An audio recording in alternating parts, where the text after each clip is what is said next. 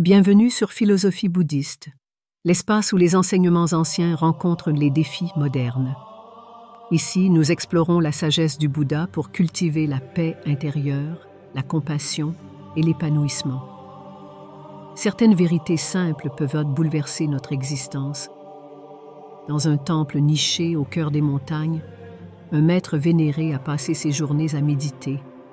Ses cheveux blancs et son sourire apaisant inspiraient le respect, mais derrière cette façade calme se cachait un esprit tourmenté.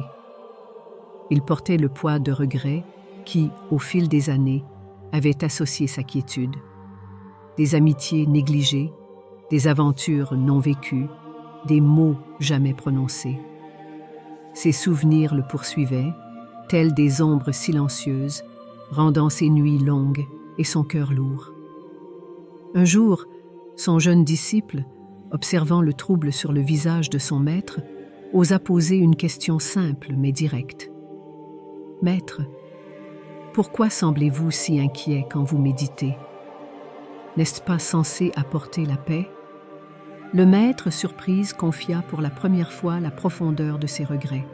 Le disciple, plutôt que de répondre par des paroles de réconfort, sortit et revint avec une jarre qu'il remplit de pierres. Il exigea alors au maître de porter cette jarre tout au long de la journée. Au début, le maître accepte sans poser de questions. Mais à mesure que le jour avançait, la jarre devint de plus en plus lourde, au point de devenir insupportable. À bout de force, il exigea à son disciple pourquoi il l'avait soumis à cette épreuve. Le disciple répondit calmement « Ces pierres représentent vos regrets. Plus vous les portez, plus ils deviennent un fardeau. Mais tout comme vous pouvez poser cette jarre, vous pouvez également laisser vos regrets derrière vous. »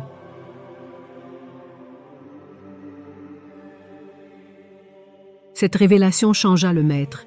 Il comprit que s'accrocher aux erreurs du passé ne faisait que l'empêcher de savourer le présent.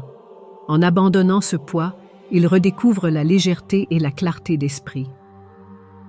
À partir de ce jour, il se concentre sur chaque instant, chaque échange, en créant des souvenirs plutôt que de pleurer ceux déjà perdus.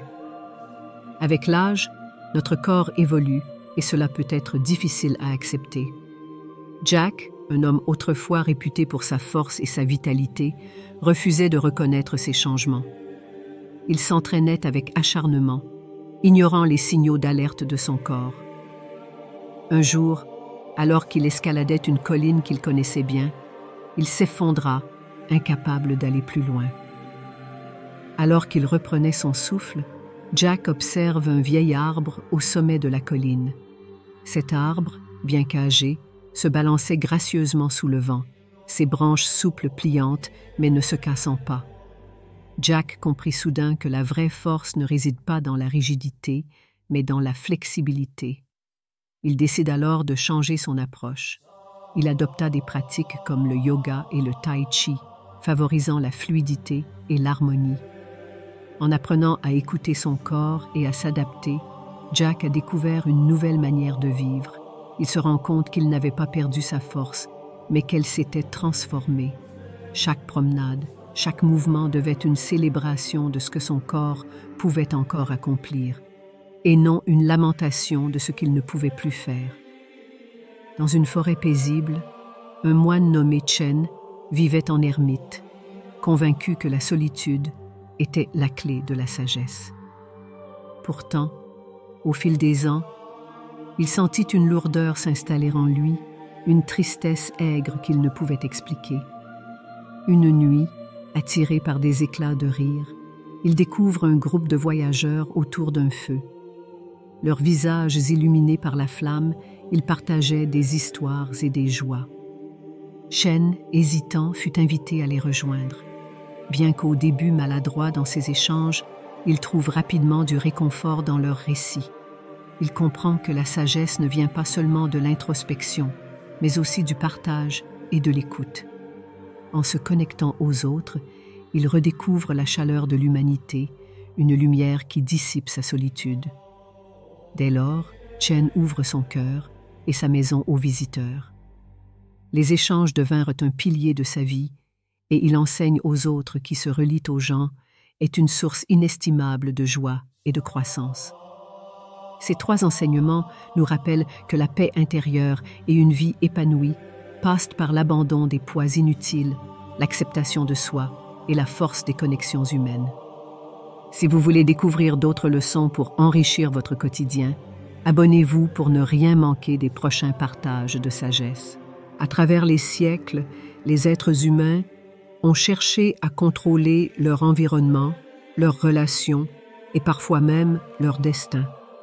Mais ce besoin incessant de tout maîtriser peut devenir un poids insupportable, nous éloignant de la paix intérieure.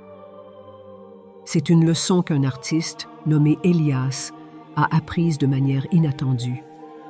Elias a passé des heures interminables dans son atelier, perfectionnant chaque détail de ses œuvres, obsédé par l'idée de produire des chefs-d'œuvre reconnus par tous.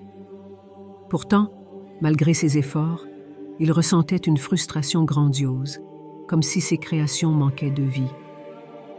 Un jour, en observant son jardin à travers la fenêtre de son atelier, il remarque une petite plante sauvage qui poussait librement, ses feuilles vibrantes sous la brise légère.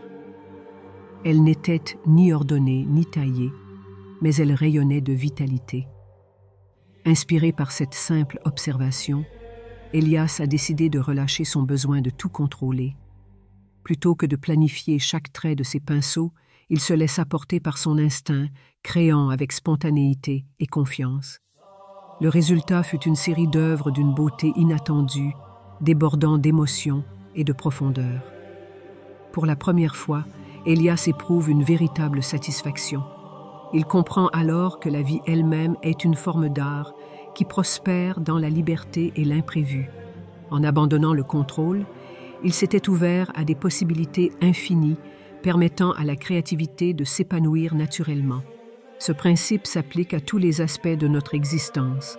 Souvent, nous nous accrochons à des idées préconçues, cherchant à imposer un ordre rigide à un monde qui par nature est fluide et imprévisible. Pourtant, ce sont dans les moments où nous lâchons prise que la magie opère. Que ce soit dans nos relations, nos projets ou nos aspirations, le secret réside dans l'équilibre entre l'intention et la flexibilité. Elias nous enseigne que lâcher le contrôle ne signifie pas abandonner, mais faire confiance au processus de la vie. La vie moderne nous pousse constamment à regarder vers l'avenir ou à ressasser le passé.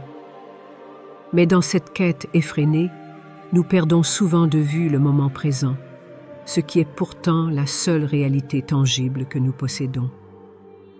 Cette vérité est au cœur d'une histoire ancienne, celle d'un jardinier du temple qui a trouvé la sérénité dans des gestes simples.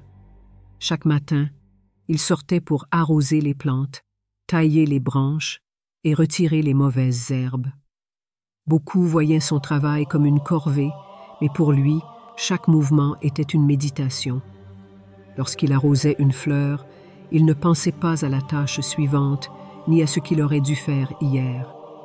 Il se concentre uniquement sur la fraîcheur de l'eau qui coulait et sur les pétales qui s'épanouissaient sous ses soins. Un jour, un visiteur du temple, intrigué par son calme, lui demanda « Comment parvenez-vous à être si paisible dans un monde rempli de distractions et d'agitation ?» Le jardinier répondit avec un sourire « Je vis dans le moment présent, car c'est là que la vie existe vraiment. »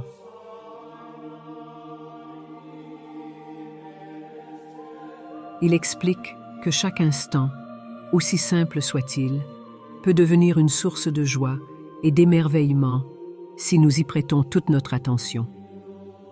Inspiré par cette philosophie, le visiteur adopta une pratique quotidienne.